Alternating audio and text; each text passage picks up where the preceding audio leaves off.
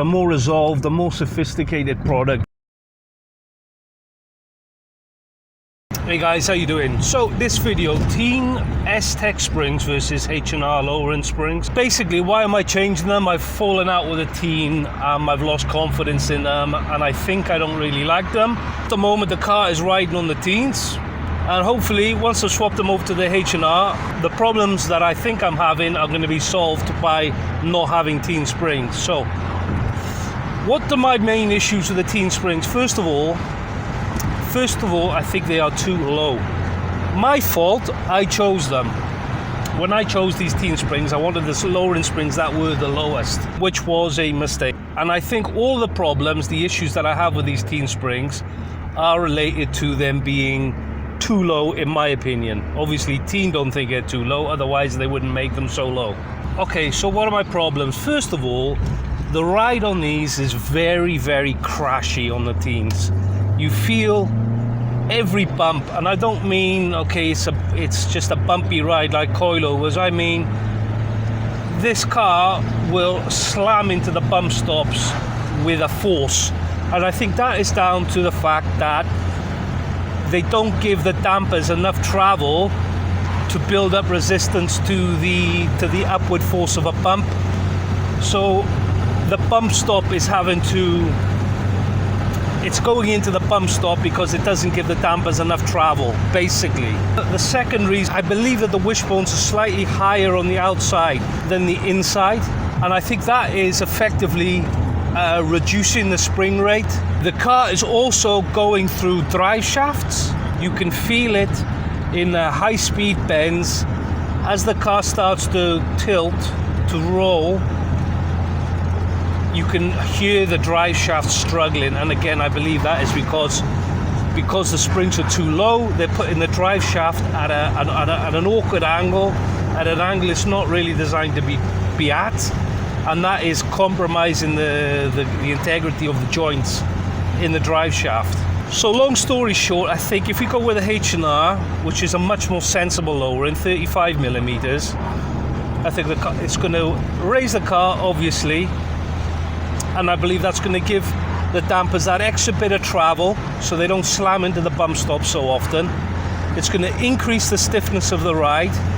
Well, not so much the ride, but it's going to increase the stiffness in cornering and brake. And because the wishbones are going to be at the correct angle, I don't think I'm going to have these issues with the drive shaft joints disintegrating anymore.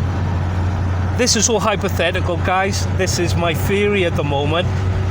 But all the symptoms that I'm having, like I've outlined in this video, could be explained by having a car that is riding too low. The next step is I'm going to install the H&R on this car. This is a Mark 1 Focus, if you're interested.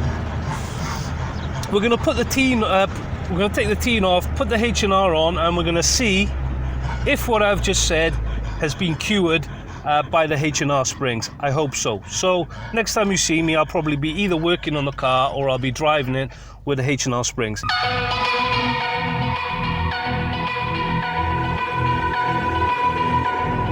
Hey guys, so we've got the H&R springs on the car now. Turned into a bit of ordeal, but I won't bore you with the details. So first of all, we've got small bumps here. How does the car feel? Basically, it feels very similar to before on the small stuff. The difference being that there's definitely less crashiness in the suspension. Got broken surface here. Yeah, very similar to before, but generally I'm not expecting any big differences in ride comfort. I'm just expecting the suspension to bottom out less and for the suspension to be less crashy, less noisy, basically. Got some big stuff here. Yeah, I don't know why, but the H&R, the big stuff, the medium stuff, the car seems to plane across the big bumps. It doesn't seem to be so unsettled. But the right-hand lane here is a horrendous piece of road, so I'm just going to go and drive on it. Now on this, there'll be a lot of crashes and bangs coming from the suspension with the TEIN.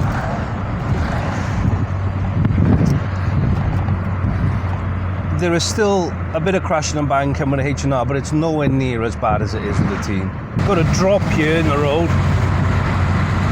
It's just so smooth, very smooth. With regards to dive and the braking, squat under acceleration, let's say maybe there's a bit more resistance with the H&R. Again, this road the surface that we're on at the moment is very smooth, relatively speaking, but there are some undulations in it, and you definitely get more feedback with it with the H&R than you do with the TEIN. You can just feel the ripples in the tarmac a little bit more with the H&R than. So around this corner here, this right-hander, we've got a big step up in the road, and this would definitely cause some bottoming out action with the TEIN. It's just here, we're not really going fast enough to understand it, to be fair. But it's just a bit smoother, again, with the H&R. We've got a rough piece of road on the right, on this right side of this lane.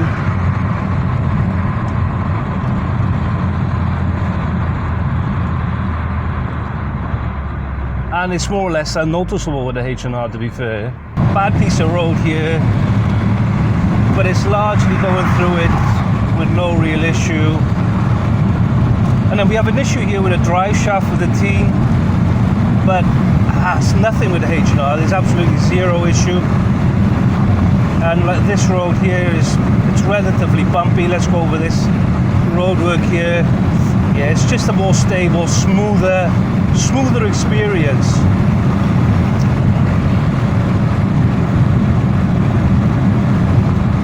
I'd say that the rebound on the H&R is stronger than the rebound on the TEIN. Just coming up, this is, I would say, a B road, British equivalent. I don't want to bash the TEIN too much. I think the biggest mistake the TEIN made with those springs was that they made them too low. This is a nice corner here.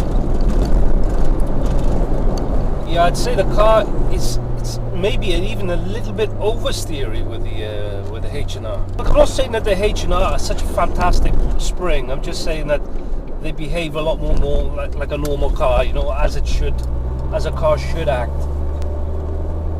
So these are the corners that we're coming up to now.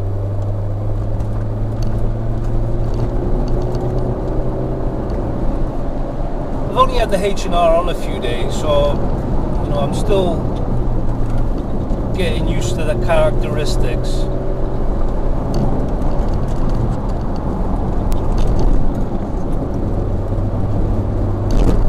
But it tracks in so true. You know, it really does track into the corners nicely. It feels really hooked up. And it's a lot less effort. A lot less effort to drive the car at speed. Yeah, you just get the feeling that the wheels are following the road much closer with the H&R. You've got more compliancy, but at the same time you've also got more stability. It's just it just feels like a more expensive, a more resolved, a more sophisticated product all round. So that's the video, guys. Thanks for watching. As always, if you found it useful, please vote on it. Subscribe to the channel. I'll see you again next time.